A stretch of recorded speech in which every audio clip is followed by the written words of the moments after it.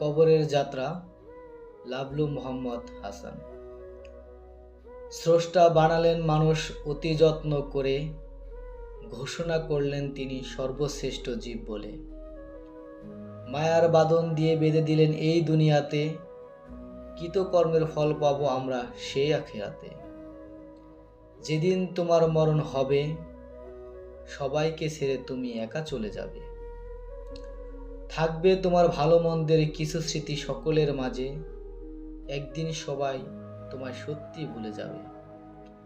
সেদিন হবে তুমি কবরের বাসিন্দা, সেটাই হবে তোমার আসল ঠিকানা। বানালে কত দালান কোঠা, সুখের অট্টালিকা, কবরই হইল আসল ঘর, ভেঙে দিয়ে তোমার শত অহমিকা। সেদিন চলবে না কোনো বাহাদুরি, থাকবে না ক্ষমতার দাপট, কবরের দিকে হবে যাত্রা, কবরই হবে বসত। ঘোর অন্ধকার সে ঘর, থাকবে না বাতির আলো, নিঃস্ব একাকী অনন্ত জীবনের হবে তোমার শুরু। যদি হয় তোমার আমল নামা ভালো, থাকবে তুমি সুখময় স্থানে, জ্বলবে কবরে নূরের আলো। যদি হয় তোমার আমল নামা খারাপ, থাকবে তুমি কষ্টময় স্থানে, ভোগ করতে হবে কবরের আযাব।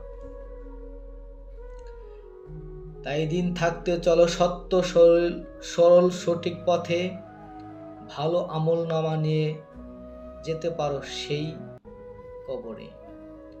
ধরো নামাজ, পড়ো নামাজ 5 ওয়াক্ত, ভালো কাজ দিয়ে তোমার ঈমানকে করো শক্ত।